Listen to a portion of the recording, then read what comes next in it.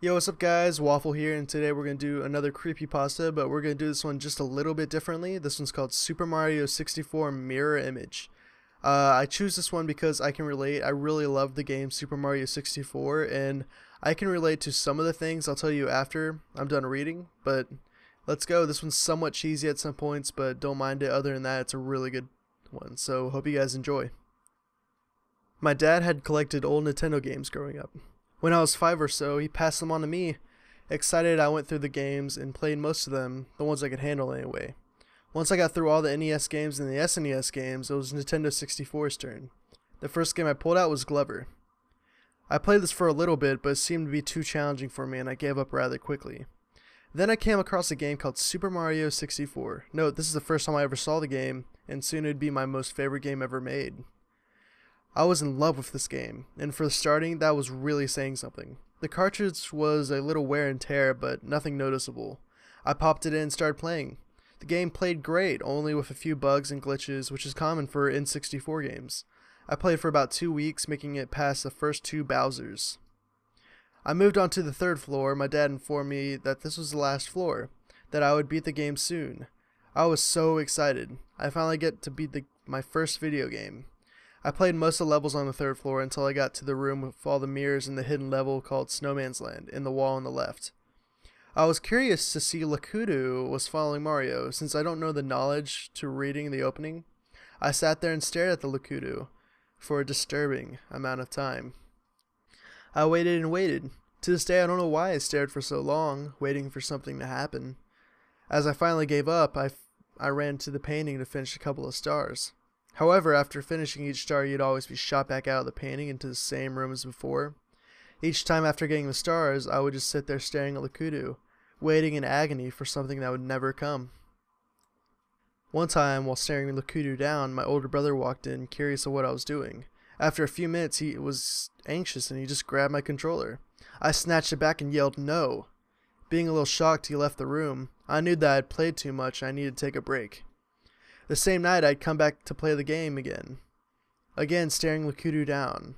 This time it was longer, waiting for half an hour, just standing and staring, moving the controller ever so slightly to wake Mario up from his naps.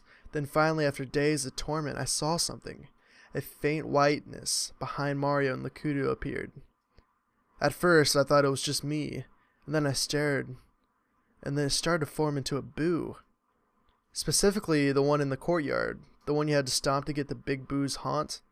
I was satisfied that I found something, so I grabbed something to document it on. Right before I got up, I paused the game so nothing would happen while I was gone. As I started to walk away, the game unpaused. I sat back down, the controller beside me. The Boo inched ever so closely towards Mario. I picked up the controller, trying to move Mario. Nothing happened. I could only watch as the Boo got closer and closer towards him. The second he touched Mario, the game shut off, leaving the static noise buzzing.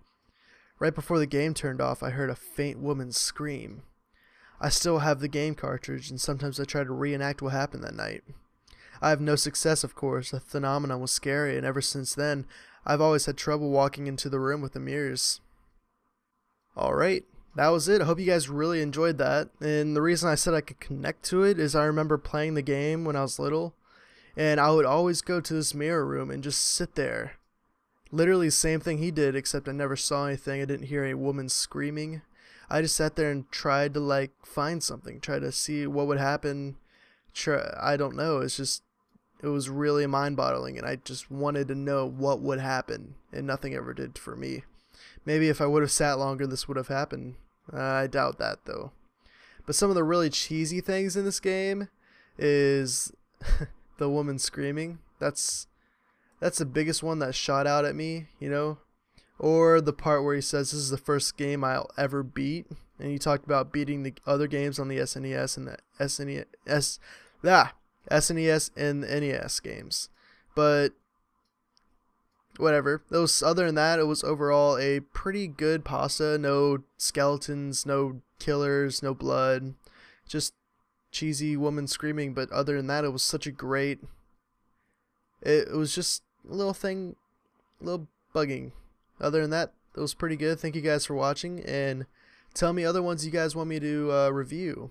Mario wise, Zelda, anything else like that.